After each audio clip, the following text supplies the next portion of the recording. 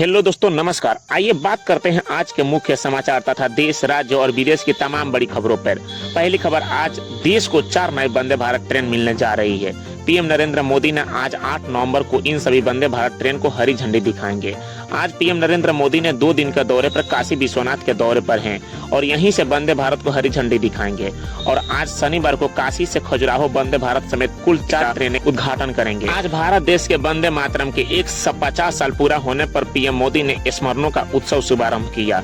PM Modi ने बोला कि वंदे मातरम को स्मरण कर आजादी की लड़ाई लड़ने में राष्ट्र को प्रकाशित किया गया था, जो कि भारत की आजादी की लड़ाई में यह अहम भूमिका निभाई थी। गृह मंत्री अमित शाह जी भी बोले कि वंदे मातरम ने भारतीयों में देश की भक्ति की अलख जगाई।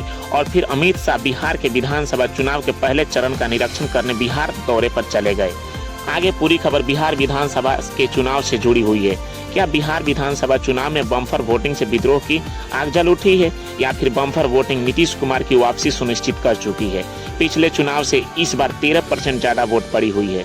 आजाद भारत में बिहार में इस बार से ज्यादा वोट कभी नहीं पड़े और इसलिए यह सवाल उठ रहा है कि महिलाओं के खातों में जो 10,000 रुपए नीतीश कुमार ने दिया, क्या उनसे महिलाओं का नीतीश कुमार मसीहा बन चुके हैं, या फिर उनकी सरकार सुनिश्चित कर दी गई है, या फिर तेजस्वी भैया ने जो हर घर नौकरी का वादा दिखाया था उसके चलते युवाओं के बढ़ चढ़ इस बार वोट देकर सत्ता को हिला दी, क्योंकि वह 6 नवंबर का नजारा पोलिंग बूथ को कुछ बेहतरीन था। यहाँ सवाल उठता है कि वोटिंग 65% क्या कह रही है, क्योंकि यह मतदान सिर्फ आंकड़ा नहीं है, यह इशारा है कि बिहार का दिल किस ओर झुक रहा है, सत्ता की तरफ या फिर विपक्षियों की तरफ। 1952 में जब पहली बार सरकार बनी हुई थी तब 42% ही वोट पड़ा हुआ था। बिहार में इससे पहले वोट कभी नहीं पड़ा, 65%। लेकिन जब रामविलास पासवान और लालू यादव सन 2000 सन में साथ में बिहार विधानसभा चुनाव लड़ने आए थे तब 62.5% वोट पड़ा हुआ था। वो चुनाव भी अपने आप में गजब था, लेकिन 2025 में 1 से 21 सीटों पर पिछले चुनाव के मुकाबले 13% वोट पड़ी हुई है। जो अब सवाल यह उठता है कि यह बम्पर चुनाव नीतीश के लिए या फिर तेजस्वी के लिए, क्योंकि सभी पार्टियां पहले ही फेज में कह रही है कि हम जीत रहे हैं। लेकिन यह मामला 11 नवंबर के दूसरे चरण के मतदान हो जाने के बाद 14 नवंबर को ही मामला क्लियर होगा।